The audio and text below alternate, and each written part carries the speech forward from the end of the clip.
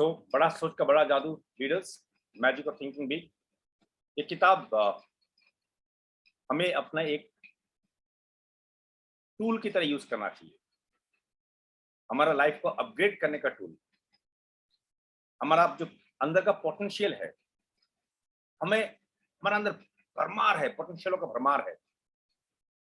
ऊपर वाला ने सबको इक्वल बना के भेजा था, लेकिन कुछ लोग बहुत सक्सेस की शिखर तक पहुंचते हैं। क्यों?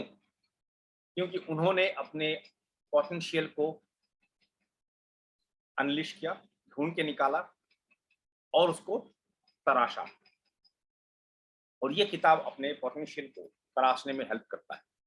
चलिए आगे बढ़ते हैं। कल हम पढ़ रहे थे एक्सक्यूसाइटिस,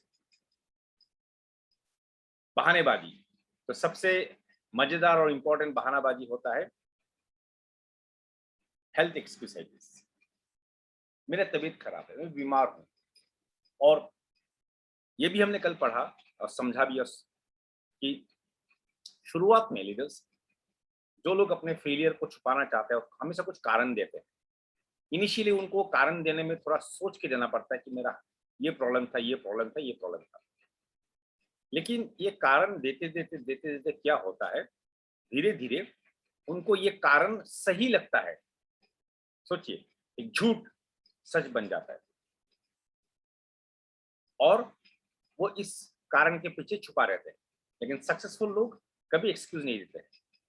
तो कल ये भी देखा था कि एक इंसान ने आके बोला कि मेरा हार्ट बहुत खराब है, 4 डॉक्टर को दिखा चुका हूं, लेकिन फिर भी वो लोग कुछ नहीं कर पा रहे हैं। उनको उनको लगता ही नहीं है कुछ है, लेकिन वाकई मेरा हार्ट का प्रॉब्लम है, इसलिए आपने जो भी सिखाया मैं वो कर नहीं पाऊंगा, लेकिन आप मुझे बताएं क्या करूं। तो ऑथर ने कहा कि आपने 4 डॉक्टर को दिखाया, अच्छी बात है, अब दोबारा 5वां डॉक्टर को दिखाइए और वो फाइनल होना चाहिए, क्योंकि मुझे लगता है आपका हार्ट परफेक्टली नॉर्मल है। The second thing I would recommend is that you read Dr. Schindler's great book. फिर वो बोल रहे कि पहले तो आप डॉक्टर को दिखाइए, फिर आप एक डॉक्टर का किताब है, वो किताब को पढ़िए। वो किताब का नाम है how to live 365 days a year. कैसे 365 दिन जिंदा रहा जाता है, जिया जाता है, वो पढ़िए। Doctor Schindler shows in this book that 3 out of every 4 hospital beds are occupied by people who have EIL, emotionally induced illness. Doctor Schindler कहते हैं कि हॉस्पिटल्स में 4 बेड में से 3 बिस्तरा अजीब बीमारी के पेशेंट के लिए, मतलब पेशेंट से भरा हुआ है। वो क्या बीमारी है? EIL, कभी सुने दोस्तों? Emotionally induced illness. Emotionally induced illness, emotion से बीमारी क्रिएट किया हुआ चीज है। Imagine 3 out of 4 people who are sick right now would be well if they had learned how to handle their emotions. सोचिए, 3 लोग जो अभी बीमार है वो एक्चुअली स्वस्थ रह सकते थे अगर अपने इमोशन को हैंडल करना सीख जाए। Doctor Schindler's book and develop your program for read doctor Schindler's book and develop your program for emotional management. और ऑथर ने कहा उस व्यक्ति से कि आप इस डॉक्टर का किताब को पढ़िए और अपना इमोशन को मैनेज करना सीखिए। तीसरा, third, I would resolve to live until I die.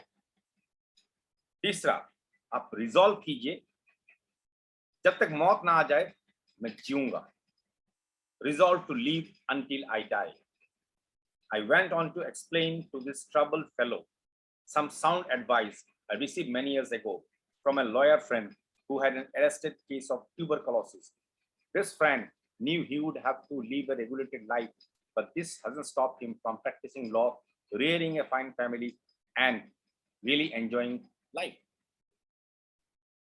और ऑथर को एक उनका दोस्त है जो एडवोकेट है, लॉयर है, उनसे एक सीख मिला था और वही सीख उन्होंने ये व्यक्ति को पास ऑन किया।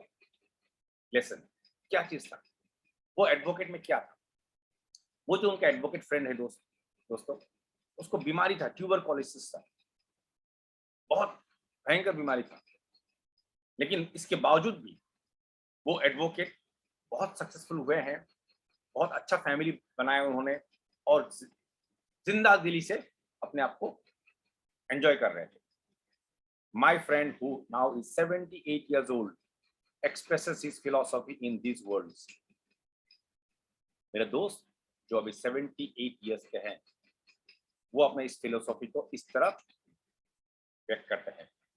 I am going to live until I die and I am not going to get life and get confused. मैं तब तक जीना चाहूंगा जब तक मैं जीऊंगा, जब तक ना मर जाऊं, और मैं तब तक जीऊंगा जब तक ना मौत आ जाए, और मैं जिंदगी और मौत को कंफ्यूज होने नहीं दूंगा। कंफ्यूज होने नहीं दूंगा, दो अपने अपने जगह पे हैं। While I am on this earth, I am going to live. और जब तक मैं, वो कह रहे हैं, जब तक मैं इस पृथ्वी में हूं, इस धरती पे हूं, मैं जीऊंगा। Why be only half alive? क्यों आधा जिंदा रहे? Every minute a person spends worrying about dying is just 1 minute that fellow might as well have been dead.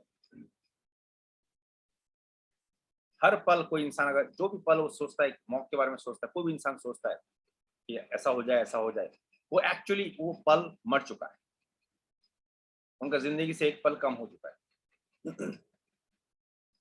I had to leave at that point because I had to be on a certain place for Detroit. और मुझे उस वक्त वहां से निकल के जाना था, उस मीटिंग से, उस लड़का से बात हो रहा था और कहीं जाना था कि मुझे फ्लाइट पकड़ना था दूसरे शहर में जाने के लिए। On the plane, the second but much more pleasant experience occurred. Plane में बहुत मजेदार but important experience मैंने देखा। After the noise of the takeoff, I heard a ticking sound. और प्लेन ने जब टेक ऑफ कर लिया, प्लेन उड़ने का टाइम एक साउंड होता है, जब प्लेन साउंड होके टेक ऑफ करके बैलेंस हो गया, फिर मैंने एक साउंड सुना, टिक टिक टिक टिक टिक टिक, टिकिंग साउंड, घड़ी जैसे टिक करता है उस तरह। रादर स्टार्टल्ड, मैं थोड़ा, जो कहाँ साउंड आ रहा है, कोई आतंकवाद तो कुछ गतिविधि नहीं है। Rather startled, I glanced at the fellow sitting beside me, for the sound seemed to be coming from him. और मैंने इधर उधर देखने के बाद बगल में जो बैठा था मेरा फेलो पैसेंजर, मुझे लगा कि ये टिकिंग साउंड उसका वहां से आ रहा है। He smiled a big smile and said, "Oh, it's not a bomb, it's just my heart." और जब ऐसे देख रहा था तो बंदा घूम के बोला, मुस्कुराया, बोला, चिंता मत करो, बॉम्ब नहीं है, मेरा हार्ट है। हार्ट से आवाज आ रहा है, टिक टिक टिक टिक टिक टिक, क्या बात है? I was obviously surprised. मैं हैरान परेशान हो गया। So he proceeded to tell me what had happened. तो उस इंसान ने ये बताना शुरू किया, क्या हुआ सुनिए। Just 20 days ago, 20 days before, he had undergone an operation that involved putting a plastic valve into his heart. Just 20 दिन पहले उसका हार्ट का ऑपरेशन हुआ था, तो प्लास्टिक का valve डालना पड़ा हार्ट में।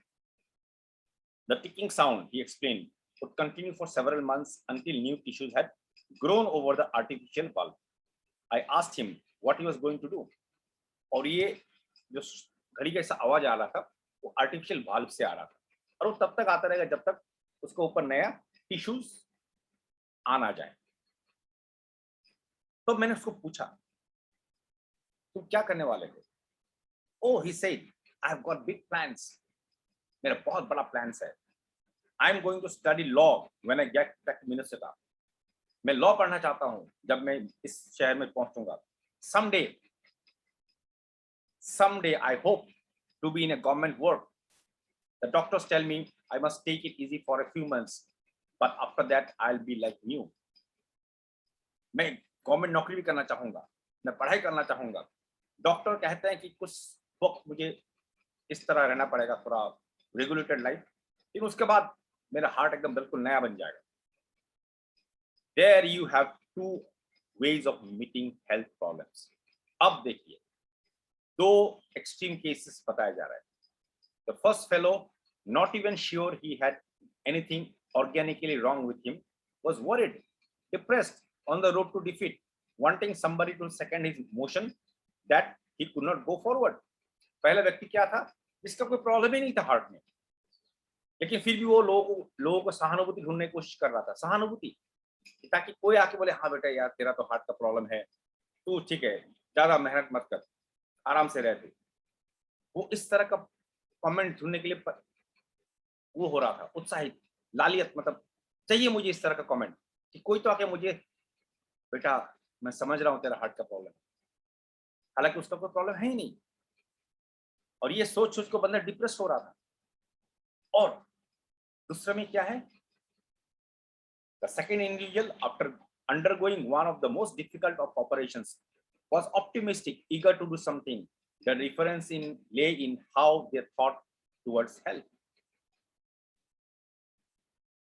और सेकंड बंदा जिसका बहुत मेजर सर्जरी हुआ था, लेकिन पूरा जिंदा दिली से वो पॉजिटिव है लाइफ को लेके। अभी कुछ टाइम थोड़ा मुझे धीरे चलना पड़ेगा, लेकिन उसके बाद सब कुछ ठीक हो जाएगा, मैं ये पढ़ाई करूंगा, नौकरी करूंगा।